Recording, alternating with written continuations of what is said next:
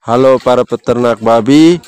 Di video kali ini saya akan membahas tentang cara merawat babi di musim hujan. Merawat babi di musim hujan membutuhkan perhatian ekstra untuk menjaga kesehatan dan kenyamanan ternak babi. Jika kita salah memperlakukan mereka, maka ternak babi akan mengalami gangguan saluran pencernaan, yaitu diare dan juga bisa sakit.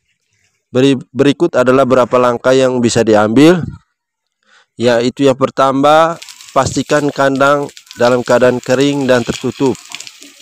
Kandang babi memiliki atap dan pastikan atap tersebut kokoh dan dindingnya cukup melindungi mereka dari hujan.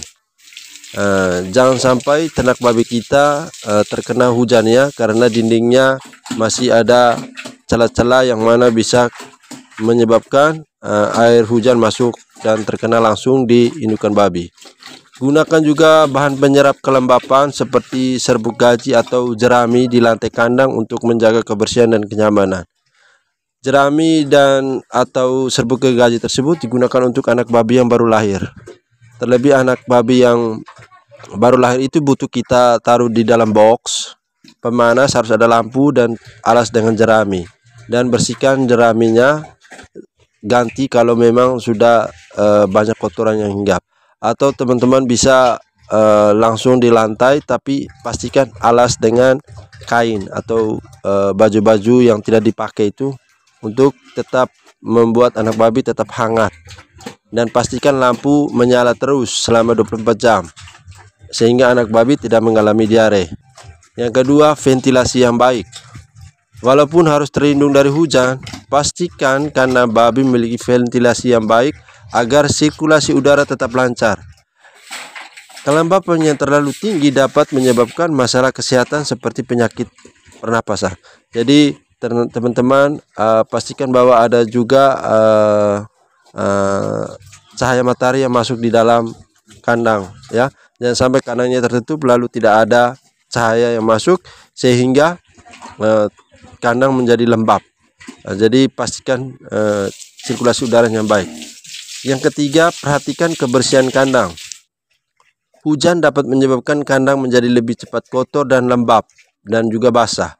Silakan Bapak Ibu harus rutin membersihkan kandang untuk mencegah penumpukan kotoran dan menjaga lingkungan tetap sehat.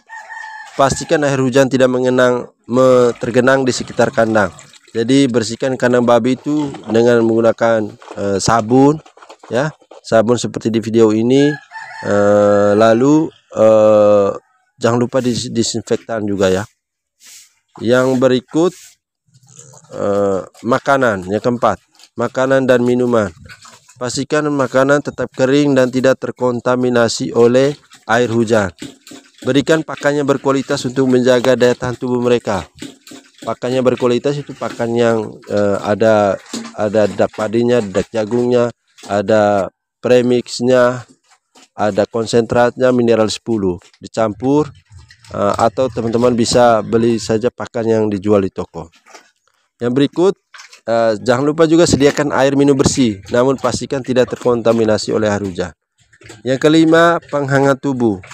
Jika cuaca sangat dingin, Anda dapat menyediakan tempat berteduh yang lebih hangat atau memberikan perlindungan tambahan seperti tikar atau bahan penyerap panas. Atau bisa juga teman-teman bisa gunakan box pemanas untuk anak babi.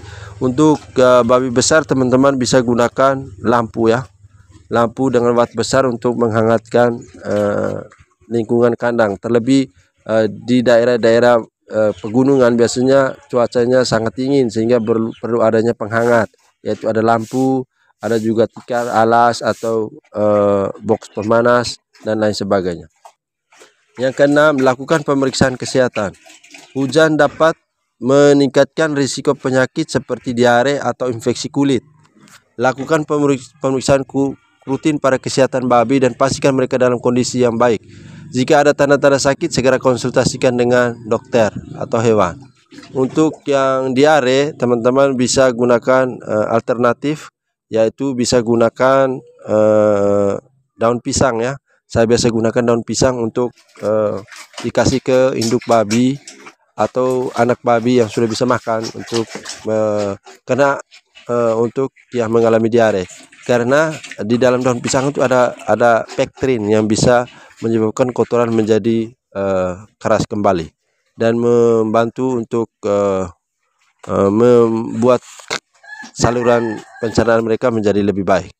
Atau teman-teman bisa gunakan makanan-makanan yang berserat tinggi, ya, seperti dedaunan hijau teman-teman berikan, sehingga kalau ada serat yang mereka makan maka bisa menyebabkan mereka diare mereka akan berkurang. Yang ketujuh, perawatan kaki. Kelembapan tinggi dapat menyebabkan kaki babi mudah lembek dan rentan terhadap infeksi. Pastikan mereka tidak berada terlalu lama di tempat yang becek dan lakukan pemeriksaan kaki secara berkala. Jadi teman-teman jangan sampai induk babi atau anak babi berada di tempat-tempat yang becek. Terlebih teman-teman yang sering ikat induk babi atau anak babi di luar itu, jangan terlalu becek di musim hujan. Kalau musim panas bisa, karena mereka itu jadikan sebagai tempat untuk mereka mendinginkan badan. Tapi kalau musim hujan jangan terlalu keseringan terkena lumpur, ya, lumpur air hujan, karena itu akan menyebabkan kaki mereka menjadi lembek, mudah rapuh. Dan juga yang berikut bisa menyebabkan diare dan berbagai macam penyakit lain, ya teman-teman. Yang berikut yang ke-8, jangan keseringan mandikan babi, ya. Terlebih untuk anak babi itu biasanya saya juga mengalami sekarang itu diare. Jadi jangan mandikan setiap hari, tetapi bisa juga 2 hari, dan dimandikan pada saat cuaca agak ketika ada matahari, ya, yang masuk baru kita mandikan. Dan mandikan jangan terlalu lama, ya. Cukup membasahi badannya. Kalaupun itu mereka masih diare, lebih baik tidak usah mandikan mereka, anak babinya. Cukup bersihkan kandangnya dan pastikan tidak ada air yang tergenang sehingga mereka tidak diare. Untuk indukan babi, kalau di daerah tropis itu bisa mandikan setiap hari, tapi disesuaikan dengan kondisinya. Kalau memang terlalu dingin maka 2 hari sekali. Yang penting pastikan bahwa badannya tidak terlalu banyak kotoran-kotoran yang tertempel, itu juga bisa menyebabkan diare. Ya, itu teman-teman harus semprot. Cukup di bagian-bagian yang kotor saja. Sedangkan di bagian lantainya itu tetap harus bersihkan setiap hari. Lantainya harus dibersihkan setiap hari, pagi dan sore. Lalu tempat makanannya harus dibersihkan dengan sabun supaya ada bakteri-bakteri yang hinggap bisa mati karena ada sabun itu, ya. Jadi seperti COVID itu kita harus cuci tangan, karena itu bisa menyebabkan bakteri atau virus itu sel kulit luarnya rusak sehingga dia bisa mati.